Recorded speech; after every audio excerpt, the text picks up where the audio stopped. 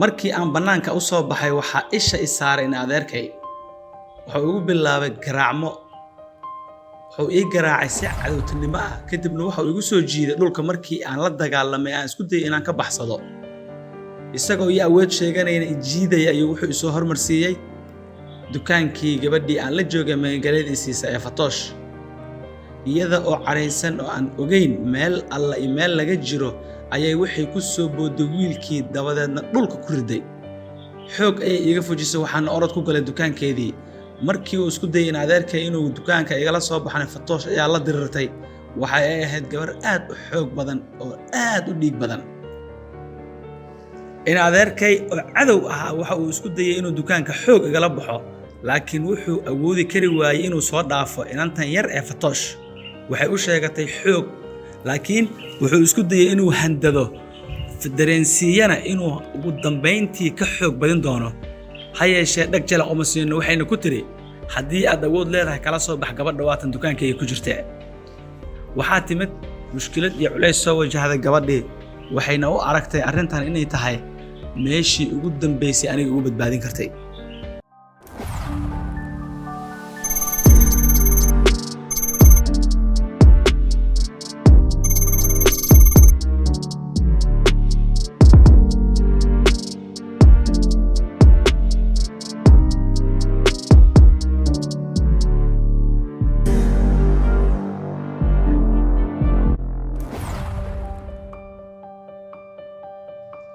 Fatoosh waxa ay leedahay dukaan aad u camiran klientigiisu aad u badan yahay haba yaraatee waqti firaaqa ah ilaa laga xiro ma haysato qof kale oo caawiyo dukaanka la gada ma jirto waa ganacsato yar oo hadda soo baxday aadna u naxariis badan wanaageeduna waxa daaf yahay in adeerkay isagoo aad u careysan qaylinaya ayuu naga cararay wax yar kadibna waxa dukaankii oo weerar lagu yahay yimiday aabahay iyo in adeerkay oo wada socda darbaxti ayuu ugu bilaabay xoog ayuu dukaankii iga saaray gabadhiina waxa loogu hanjabay inay ka shalay doonto wixii ay sameysay haatanna aan gacan loo qaadi doonin gabadhii oo aan waxaas waxba u arag ayaa ku tiri gabadha adiga ayaa dhashay anigu ma dhalin adaan ku ilaalinayn ku badbaadinayay haddii aad sidaa leedahay waxaad sameyn kartaa samee saqiirtii yareed ee silaca ku noolayd ee Bushra waxa xoog lagu keenay guriga aabaheed markuu ilinka ka soo galiyay waxa uu yeeray islaantiisii wuxuu ku yiri haddii ay qolka ka soo baxdo ee aan dibadda ku arko adiguna waan ku ciiri doonaa wuu u hanjabay indhaha ayuu u guduudiyay iyadana taas waxay u aragtay jaanis kale qoorta inta iga soo qabatay ayay qolkii igu dhex tuurtay kadibna inta ii soo dhawaatay iyadoo si hoose ila hadlaysay waxay igu tiri jaanis fara badan oo aan raadinay inaan kugu helo ayaad iigu jirtaa haddaad isku daydo inaad tilaab soo qaato qoorta ayaan kaaga istaagi doonaa si xun ayaan kuu garaaci doonaa weligaa ma ilaabi doontid dhibaatada aan kuu geysto joog gurigaaga ilaa uu aabbaha amarka la ka soo saaro aabbahay iyo aan adeerkay labadaba si hoose ayay inta u tashteen waxay go'aan ku gaareen in gabadhan masaakiinta ah ay badbaadisay ee Fatoosh ay hawada ka saaraan reerkaygu waa dad dawladda u shaqeeya booliiska ka tirsan hantina haysta awood fara badan leh waxa ay la xiriireen dhammaan meelihii Fatoosh ay ka kaysan jirtay badeecada waxa lagu qaaliyeeyay wax alla wixii ay soo iibsan jirtay qaarkoodna waa loo diiday waxa ay ku direen dadkii deenta ku lahaa oo dhan waxayna ku qasbeen in ay isla hadda ka dalbadaan deentoodii haddii kale ay dacweyn doonaan Fatoosh waxa ay gashay ciriiri aan anigu u sababay dadkii deriska ee klientiga u ahaana dhammaantood indhaha ayaa loo guduudiyay waana loo hanjabay waxaana lagu amray inay dukaamo kale wax ka soo iibsadaan hal usbuuc kadib Fatoosh waxa ay subaxdii furtaa dukaankeeda habeenkiina way isaga rawaxdaa iyadoo hal qof oo wax ka iibsata aysan jirin waxay isku dayday inay sabarto adkaysato laakiin dukaan aan cidina wax ka iibsanayn qof ma joogi karto dadkii hantida ku lahaana way u yimaadeen gabadhan masaakiinta ah ee nolosha raaxada la ku nooleed aniga ayaa waxa soo dhibaataa u soo jiiday aniga waxaan ku xiranahay guri waa la i garaacaa raashinna waxa la i siiyaa maalintii hal mar oo kaliya oo waliba aad u yar xadidan hadafkan uu ahaa in aniga awoodii aan yeelanahay dhan la iga daciifiyo islaantan eedaday ah wax xasidad aad ii nacab waxay mararka qaarkood samaysaa intay gacmaha iga xirtay ay igu dirtaa gabadheeda. Aniga oo noloshaasi ku jira xanuunka badan leh, aad u calool xun, oo inaysan waxba ii taraynin, laakiin ku fikiraya sidii aan ku heli lahaa jaanis aan halkan uga baxsado,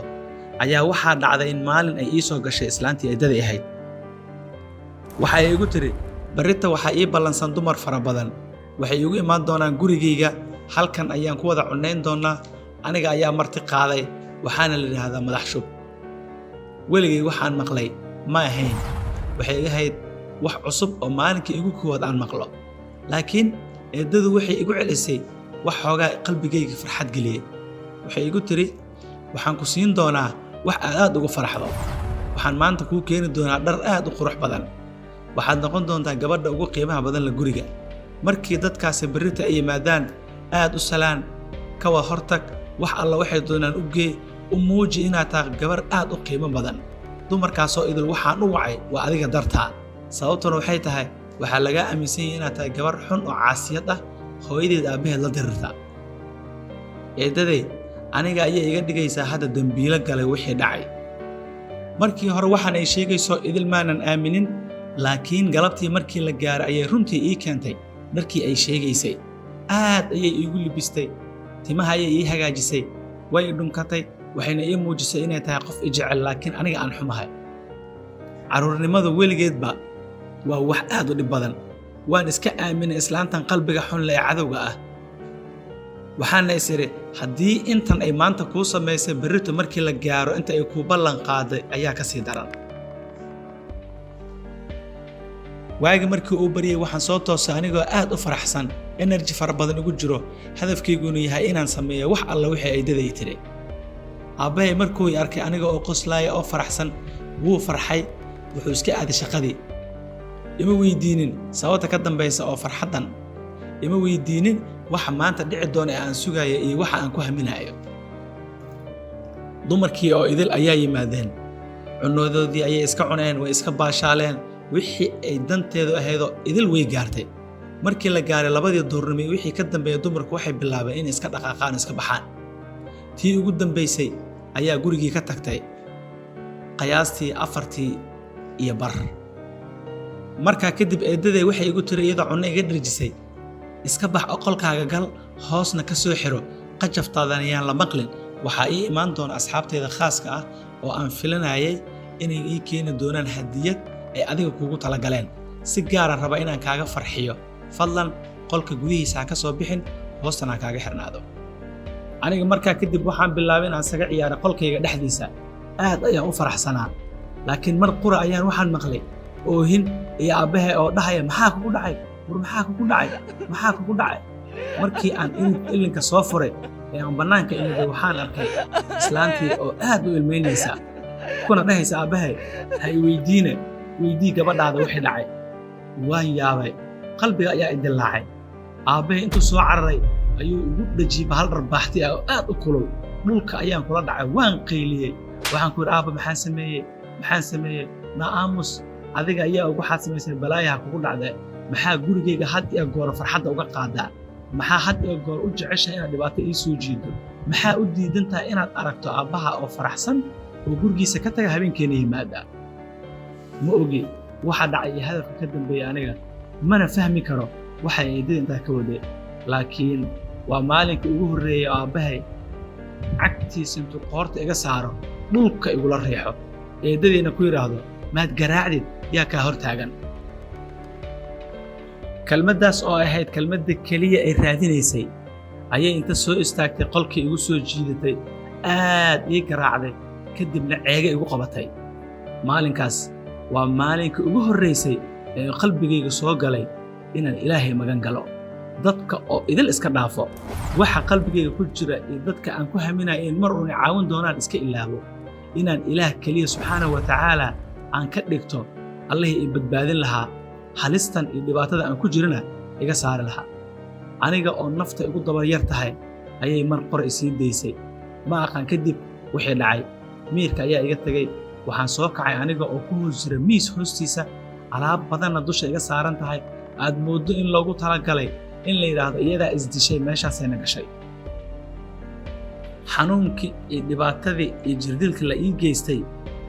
aniga oon cidna ii dhihin raalli ahow cidna ii geynin meel isbitaal ama laygu daaweeyo ayaan iskay meeshii uga soo baxay waxaana bilaabay inaan sidaa isaga noolaado intaan awood ka yeelanayo halkanna isaga tegaayo waxaana go'aankaygu yahay inaan had iyo goor ilaah kaashado subxaana wa tacaala qof kalena aanan u sheegin dhibka i haysata iyo halista nafteeda ku jirto eedadii oo aad u qalbi xumayd xasidnimada iyo xumaantana aad moodaba in qalbigeeda lagu abuuray ayaa maalin kale waxaa igu tiri waan baxayaahe ilinka qof bini'aadan ha ka furin qofkii aad taqaano ee halkan kuu soo garaaca waxaad ku tidhaahdaa eeddadii ma joogto iska tag laakiin islaamanka deriska noo ah ee aadku u dhowdhow haddii ay kugu yimaadaan ka fur oo si wanaagsan ula hadal kadibna waxaad ku tidhaahdaa eedda ma joogtee soo laabta markii ay timaaddo ama iyadaa idiin imaan doontaa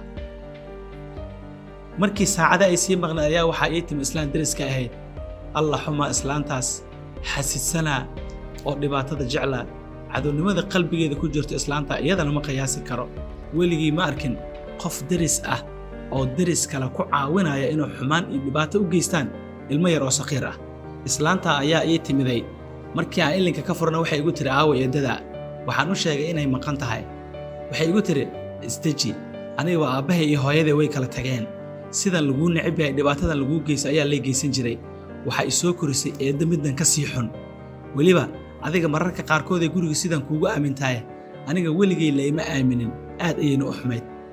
soo xir ilinka soo bax guriga imow cunno soo cun soo laabo waxaan u qaatay inay ii beer jilcday ee ii naxariisanayso albaabka ayaan soo xirnay waxaana aadna gurigeeda siday ii soo waday qolka ayaa ii soo gelisay wuxuu ahaa qol fadhi ah oo qurux badan waxay ii keentay canab yar waxay ku tiri cun markii aan 2 jeer qaatay oo aan farxay ayay waxay tiri balka waran islaanta eedada ah soo islaan xun ma aha ma jecli deriska uma wanaagsana had iyo goor way xamataa naagaha kale dumarka igu dirtaa aniga ilmanimada ayaa i qaaday waxaan bilaabay eedadii wixii ay ahayd oo dhibaato ii geysan jirtay inaan qaarkood sheego markii aan dhahay eedadii waa sax aad ayay u xun tahay way i garaacdaa way i dishaa sidan ay yeeshaa ayaa mar qura